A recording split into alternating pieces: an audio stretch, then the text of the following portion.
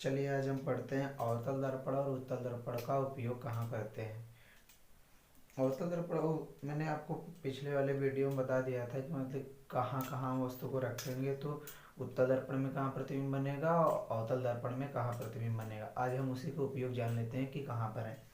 आपको लिखने की कोई ज़रूरत नहीं है, मतलब ज़रूरत तो है ही। मैं यहाँ केवल आपको समझा दूंगा बोर्ड पर और आप उसमें मैं आपको यहाँ पे स्क्रीन पे दे दूंगा, आप वहाँ से लिख सकते हैं। चलिए तो मैं बताता हूँ। सबसे पहले मैं आपको बताऊंगा उत्तल दर्पण के बारे में।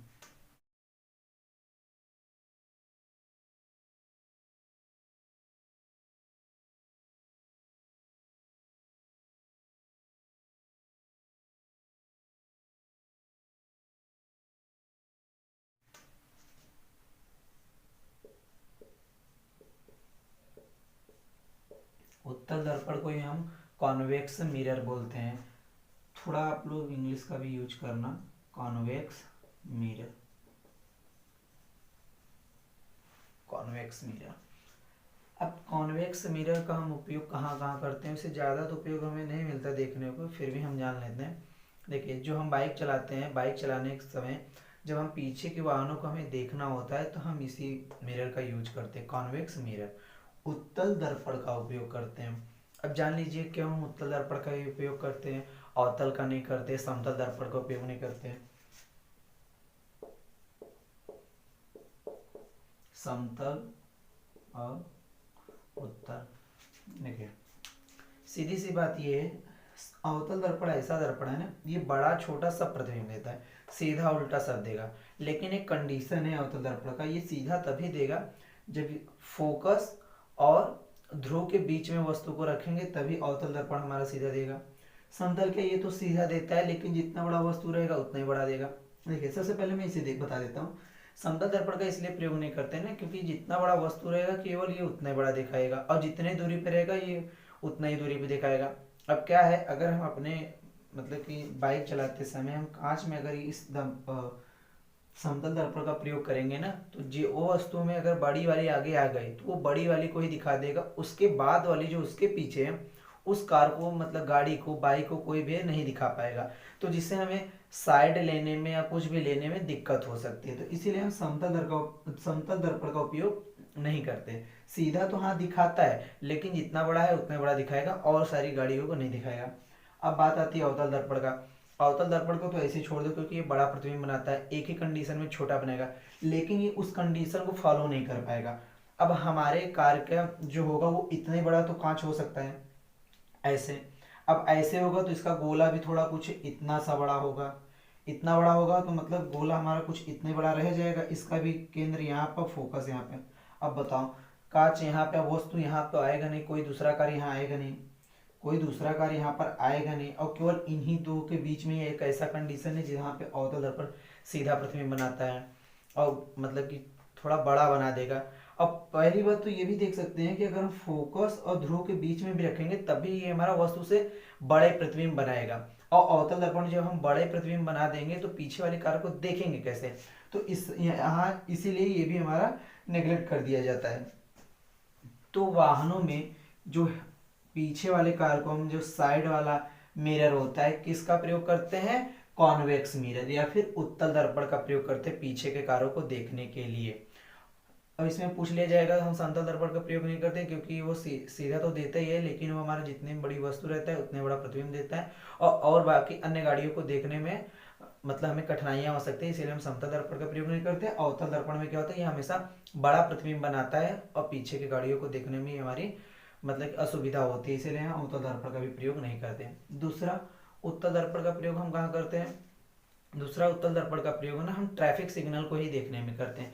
कभी आप जाएंगे तो देखेंगे, जैसे एक मतलब रास्ता ये हो गया, एक रास्ता ये हो गया हमारा, एक रास्ता मान लेते हैं यहाँ पर है। अब यहाँ से भी एक कार आ रही है, यहाँ से भी एक कार आ रही है, यहाँ से भी एक कार आ रही है। अब देखो तीनों के तीनों अगर स्पीड में हो गए, मान लेते हैं दो ही स्पीड में हो गया, एक यहाँ से चलता हुआ है एक यहाँ से आएगा तो ये टकरा सकती हैं। तो इसीलिए क्या होता है ना, यही बीच में एक ऐसा बहुत बड़ा उत्तल दर्पण लगा दिया जाता है। उत्तल दर्पण बहुत बड़ा लगा देंगे ना तभी वो क्या करेगा, सारी छोटी छोटी चीजों मतलब कि सभी प्रतिबिंब को छोटा छोटा बनाकर दिखा देगा। अब इसमें यहाँ पे अगर लगा देंगे मतलब एक उस दिशा में से भी आए, एक वहां से भी इधर से आए, एक इधर से भी आए, तो यहाँ हम बड़ा वाला प्रतिबिंब लगा देंगे। तो ये वाला भी व्यक्ति देख लेगा कि हाँ एक कार आ रही है इस दिशा से, ये वाला भी देख लेगा थोड़ा ऐसे तिरछा करके। तो इसीलिए उत्तल दर्पण का प्रयोग हम ट्रैफिक सिग्नल में भी प्रयोग करते हैं, ताकि वो छोटा छोटा दिखाएगा तो हम चारों बगल का वो एरिया कवर कर लेगा और हम देख सकते हैं। और सिक्योरिटी गार्ड के लिए भी हम यहाँ पे इसकी का प्रयोग करते हैं, उत्तल दर्पण का ही प्रयोग करते हैं। आप देखेंगे बड़े बड़े बिल्डिंगों में तो सिक्योरिटी गार्ड के लिए भी उत्तल दर्पण का प्रयोग किया जाता है, ताकि सारा एरिया कवर किया मतलब कर लिया जाए और सभी दिखते रहें। तो उत्तल दर्पण का ज्यादा उपयोग नहीं दिखता। अभी हम अवतल का देखते हैं, इसका ज्यादा उपयोग दिखेगा। चलिए देखते हैं अवतल दर्पण का उपयोग।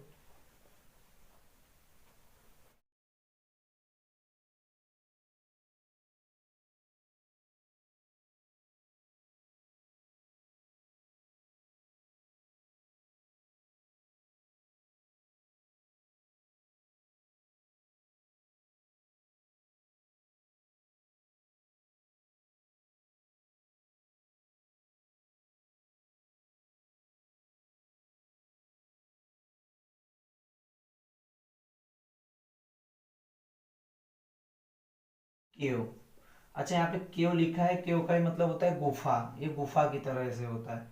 अवतल दर्पण,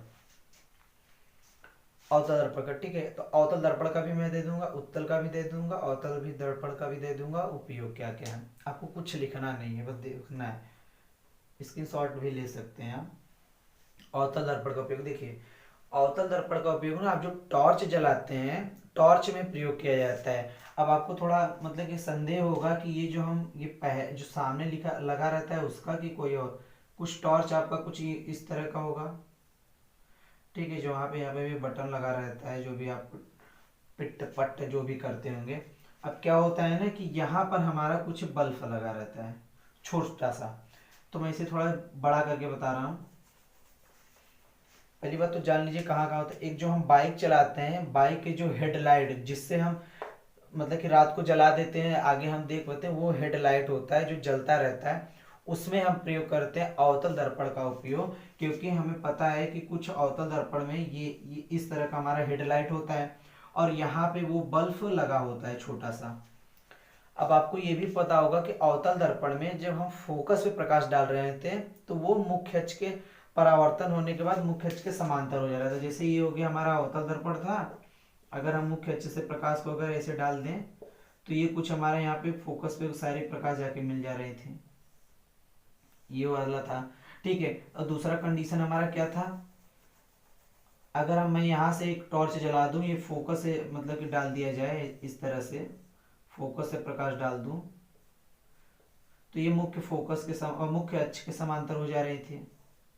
यही तो पढ़ा था, मुख्य फोकस पे डालें तो यहाँ पर भी कुछ ऐसा होता है। ये वाला भाग हमारा हेडलाइट का पॉलिश हुआ रहता है, ऐसा पॉलिश हुआ रहता है, पॉलिश होता है, यहाँ से प्रकाश निकलते ऐसे ही नहीं चली जाते, ये प्रकाश निकलने के बाद यहाँ टकराती हैं, कुछ ऐसे टकराएंगे, ये प्रकाश कुछ ऐसे टकराएंगे और ये मुख्य फोकस पे होने के कारण ये बल्ब कुछ, ये तो हमारा मिरर होता है, ये पीछे का भाग हो गया, बल्ब हमारा कुछ इस दिशा से प्रकाश नहीं, लेकिन यहाँ से भी प्रकाश अब चारों दिशाओं से निकलता है इस तरह से।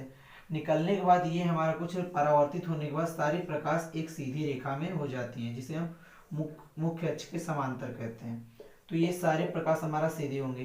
तभी आप देखते होंगे जब हम टॉर्च जलाते हैं तो टॉर्च में हमारा प्रकाश कुछ ऐसे निकलता हुआ, मतलब कि ये हमारा प्रकाश की बिंब दिखाई देती है। मैंने बता दिया था प्रकाश की बिंब क्या होती है। अब देखो ये इसलिए होता है क्योंकि अगर हम उत्तल दर्पण लगा देंगे तो उत्तल दर्पण में हमें पता है वो प्रकाश को क्या कर देता है, फैला देता है। अब इतना बड़ा यूनिवर्स फैला देगा तो हम देख कहाँ पाएंगे, हमें वस्तु को आगे दूर तक थोड़ा देखना है, तो दूर तक देखने के लिए जो प्रकाश एकदम इकट्ठा होंगे, पास पास होंगे, तभी देख पाएंगे।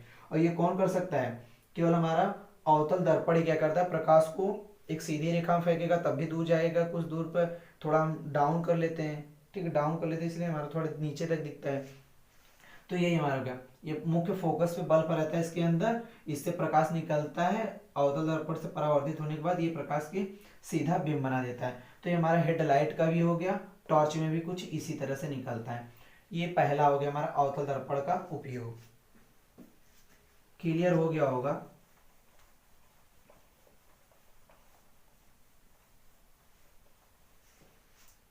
मैं एक बार और बना देता हूँ आपको। मान लेते हैं कुछ हमारा इस तरह से होगा और यहाँ पे हमारा बल्ब लगा रहता है। क्या होता है कि ये भाग तो पॉलिश हुआ रहता है, बहुत बड़ा बना के दिखा दे रहा हूँ। अब इसमें से प्रकाश कुछ आगे निकल जाती हैं जिनका इनका ज़्यादा प्रभाव नहीं होता, और कुछ प्रकाश ऐसे निकलती रहती हैं। और जो ये बल्ब होता है, बल्ब ये मुख्य फोकस पे ही होता है। इसके मुख्य फोकस पे होने के कारण जब फोकस से प्रकाश जाता है अवतल दर्पण से परावर्तित होने के बाद मुख्य अक्ष के समांतर हो जाएगा, तो सारी प्रकाश समांतर हो जाएंगे, सारी प्रकाश की किरण क्या हो जाएंगी, समांतर हो जाएंगे। इस तरह से यूं समांतर हो जाएंगे, इसीलिए हमारे प्रकाश की ये मोटी सी बीम दिखाई देगी, तो हमें दूर तक थोड़ा वस्तु को हम देख सकते हैं। इसीलिए कि मतलब कार हो, बस हो, ट्रक हो, रेलगाड़ी हो, सभी के हेडलाइट में हम अवतल दर्पण का प्रयोग करते हैं ये लगाने के लिए, ताकि हमारा प्रकाश काफी दूर तक दिखे।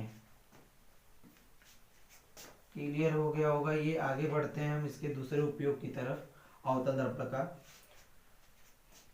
अवतल दर्पण का उपयोग हम सेविंग करने के लिए भी करते हैं। सेविंग करने के लिए देखो, जो हम शीशा देखते हैं वहां से भी हम सेविंग कर सकते हैं, लेकिन क्या होता है जैसे हम दुकानों पे जाते हैं तो वो दर्पण हमसे थोड़ा दूर पे रखा होता है।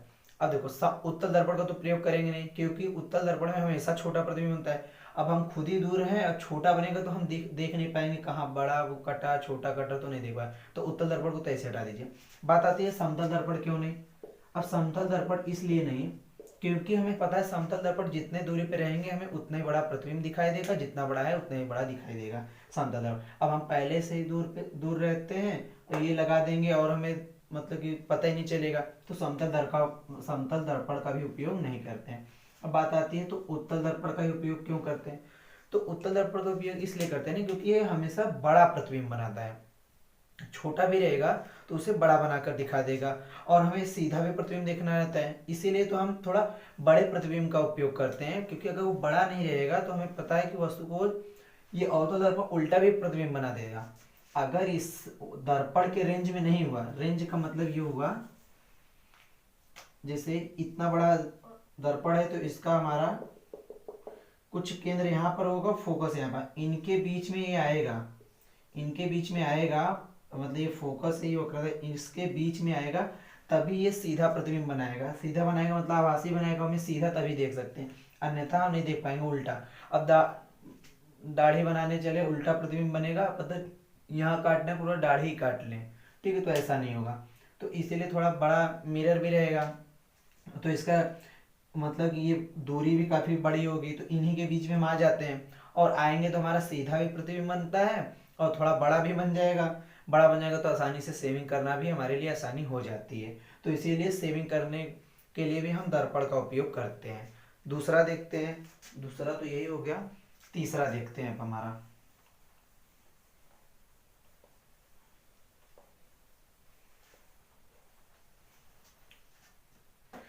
तीसरा उपयोग हमारा कहाँ होता है कि जो हमारे डॉक्टर लोग होते हैं वो अवतल दर्पण का ही उपयोग करते हैं, कॉन्केव मिरर का उपयोग करके हमारे दांतों का ऑपरेशन करते हैं, जो भी करते होंगे वो। अब देखो वो कैसे करते होंगे। अब क्या होगा, ये हमारा मुंह हो गया, तो यहाँ से वो अपने आंखों में लिए रहते हैं, मतलब कि ऐसे लगाए रहते हैं, यहाँ पर ऐसे लगाए रहेंगे दर्पण, यहाँ से वो टॉर्च जलाएंगे, यहाँ से लाइट जलाएंगे, अब वो यहाँ पे मतलब कि प्रकाश देगा और इस तीत का जो भी है इस हमारे दर्पण पे रिफ्लेक्शन होगा, ठीक, वहां से प्रकाश आएगा, इसका रिफ्लेक्शन होगा, तो हमारे जो दांत है ना ये बड़ा बड़ा इस दर्पण में देखेगा, तो वो देखेंगे कहाँ हमारे कीटाणु है नहीं है, जो भी उन्हें करना होगा तो वो देखते हैं। तो यहाँ पर भी उत्तल दर्पण का इसलिए प्रयोग नहीं करेंगे, वो छोटा दिखा देगा, पहले से ही दांत इतना सा है चूहे के बराबर और छोटा हो गया तो नहीं देख पाएंगे, उत्तल दर्पण को तो ऐसे ही काट दो। समतल दर्पण जितना बड़ा है उतने बड़ा दिखाएगा, तो उतना बड़ा तो हमारे आंख भी है, देख लेंगे, तो इसीलिए हम अवतल दर्पण का उपयोग करते हैं ताकि बड़ा दिखे। कानों में कुछ चला गया है, अब कान में आंख तो आंखों से देख नहीं पाएंगे, समतल दर्पण लगाएंगे तो जितना है उतना ही दिखाएगा, तो उसका तो कोई उपयोग है नहीं, उत्तर और भी छोटा कर देगा, तो इसीलिए हम अवतल दर्पण का उपयोग करते हैं ताकि थोड़ा बड़ा दिखाए। तो ये हमारा काम होता है, अवतल दर्पण का प्रयोग करके हम बड़ा देखते हैं, ठीक। ये हो गया हमारा अवतल दर्पण का। तो अवतल दर्पण का भी हमारा इतना ही उपयोग है। एक हमारा होता है कि जैसे जहाजों में, वहां हम अवतल दर्पण या उत्तल दर्पण का दोनों का प्रयोग करते हैं। एक सोलर पैनल वाला मैं समझा दे रहा हूँ। जैसे हमारे ये सोलर पैनल हो गया, ये हमारा सूर्य की रोशनी है, सूर्य की रोशनी। अब क्या होगा ना, यहाँ हम एक उत्तल दर्पण का उपयोग कर लेते हैं। अब अगर ये बहुत बड़ा सोलर पैनल लिया जाता है, ठीक है, ये समतल दर्पण होता है। क्या होता है, यहाँ से प्रकाश इस पे पड़ेगा, कुछ ऐसे पड़ेगा, कई सारे प्रकाश किरणें यहाँ पे पड़ेंगी, पड़ने के बाद इसे रिफ्लेक्ट होकर यहाँ आएंगे, मतलब सारी यहाँ आएंगी, और ये काफी दूर पे रखा जाता है, दूर पे रखा जाए ताकि इस वाले मिरर की अपेक्षा ये इसे अनंत समझ में आए, इस मिरर की अपेक्षा ये इसे अनंत समझ में आए। और जब अनंत समझ में आएगा तो एक यहाँ पे फोकस होगा। इसे पता है, जब हम प्रकाश की किरणों को मुख्य अक्ष के समांतर डालते हैं अवतल दर्पण में, जब हम मुख्य अक्ष के समांतर, ये हमारा अवतल दर्पण है, ये हमारा फोकस हो गया, ये हमारा वक्रता केंद्र हो गया, ये हमारा मुख्य अक्ष हो गया। जब हम प्रकाश की किरणों को अवतल दर्पण में मुख्य अक्ष के समांतर डालते हैं, वो मुख्य फोकस पे जाके मिलते हैं, सारी कहाँ मिल जाती है, मुख्य फोकस पे। तो ये सारी जितनी भी प्रकाश किरणें आई थी, परावर्तित होने के बाद यहीं पर जाके मिलेंगी, परावर्तित होने के बाद यहीं पर जाके मिलेंगी। और जब सारी प्रकाश की किरणें एक बिंदु पे जाके मिलती हैं तो यहाँ हीट उत्पन्न हो जाता है, ठीक है, जो हम कहते हैं कि ये सोलर पैनल मतलब उष्मा उत्पन्न कर रहा है, इसका भी हम प्रयोग करते हैं। आप ये भी बोल सकते हैं अवतल दर्पण का भी प्रयोग करते हैं, उत्तल दर्पण समतल दर्पण का भी प्रयोग कर लिया जाता है। चलिए आगे बढ़ते हैं, आपको ये वाला भी चीजें समझ में आ गई होंगी, सोलर पैनल वाला।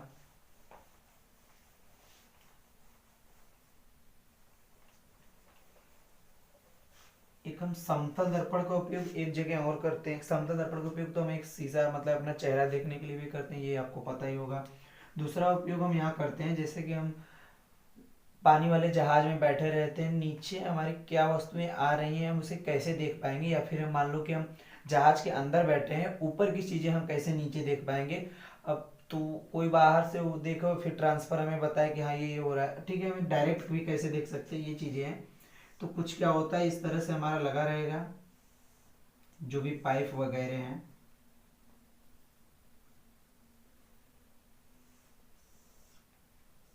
यहाँ कोई व्यक्ति बैठा हुआ देख रहा होगा टकटकी आंखें लगा के, और यहाँ पर 45 डिग्री के कोण पर समतल दर्पण लगा दिया जाता है, यहाँ और यहाँ।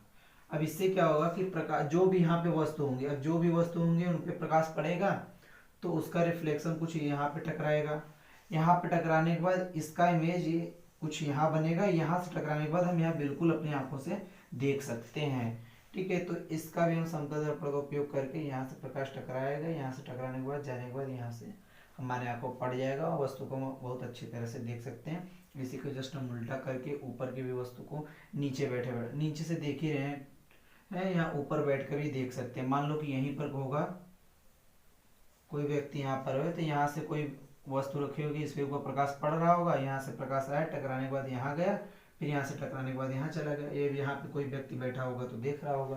तो जैसे भी जो भी सिचुएशन होगा हम उस तरह से बना लेते हैं। दूसरा अवतल दर्पण का उपयोग मैं और बता देता हूँ। आप सभी के घर में डीडीएस तो होगा ही, मतलब जो डीडीएस शटर बॉक्स जो भी लगवाते होंगे, आप देखते होंगे उसकी छतरी कुछ ऐसी रहती होगी, ऐसी छतरी लगी होगी, और कुछ यहाँ पर एक ऐसा डंडा लगाने के बाद यहाँ पे कुछ मुंह, अब 3D तो यहाँ बन नहीं पाएगा, कुछ यहाँ पर एक ऐसे लगाने के बाद कुछ यहाँ पर एक ऐसा गोला सा हमारा लगा रहता है,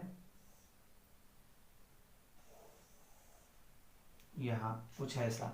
तो ये हमारा ऐसे डीडीएस लगा रहते हैं। तो ये देखो ये भी हमारा अवतल दर्पण का ही काम करता है। जो भी हमारे रे अंतरिक्ष में हमारा जो श्रीलंका के साइड में हमारा जो भी जियो स्टेशनरी छोड़ा गया है, वहां से हमारा क्या होता है, सारे सिग्नल यहाँ पे परावर्तित होते हैं, सेट किए जाते हैं, और इसे फोकस भी सेट किया जाता है ताकि सारी चीजें इस पे रिफ्लेक्ट होकर टकराने के बाद क्या होता है, इसी पर जाके हमारे सारे सिग्नल मिल जाते हैं। इसलिए आपको पता है ना कि इस पे आप हाथ रख देंगे तो कोई सिग्नल नो सिग्नल बताने लगता है। तो यहाँ पर भी हमारा जो डीडीएच होता है वो भी हमारा अवतल दर्पण का ही काम करता है, आप देख सकते हैं उसे। अगर इससे थोड़ा सा भी आप इसे थोड़ा थोड़ा दूर लेकर जाएंगे तब भी ये पूरा सिग्नल नहीं हाँ दूर लेकर जाएंगे इसी के सीधे तब, थोड़ा ऊपर बना देंगे नीचे बना देंगे तब भी हमारा सिग्नल पाना बंद हो जाएगा। तो डीडीएच भी हमारे का एक अवतल दर्पण की तरह काम करते हैं। चम्मच देख सकते हैं, अब चम्मच को जब ऐसे भाग होगा तो आपका अवतल दर्पण की तरह काम करेगा, क्योंकि वो प्रकाश को एक तरफ इकट्ठा करेगा। और चम्मच को ऐसे उलट देंगे ना, ऐसे पलट देंगे, ठीक है, तो ये क्या करेगा, प्रकाश ऐसे जाएगा ऐसे फैला देगा, ऐसे जाएगा नीचे फैला दिया, ऐसे गया ऐसे आ गया, ऐसे गया ऐसे फैला दिया। तो हमारा चम्मच का जो उल्टा वाला भाग होता है उत्तल दर्पण का काम करेगा, जो सीधा भाग है वो अवतल दर्पण का काम करेगा। तो हो गया, आपको मतलब क्लियर हो गया होगा कि अवतल दर्पण उत्तल दर्पण का उपयोग क्या मतलब कहाँ करते हैं, कैसे करते हैं और क्या उपयोग है। मैंने आपको सारी चीज़ें समझा दिया है, मैं आपको दे भी दिया हूँ, आप उसे नोट कर सकते हैं। चलिए तो आज के लिए इतना ही बस, ठीक, बाय।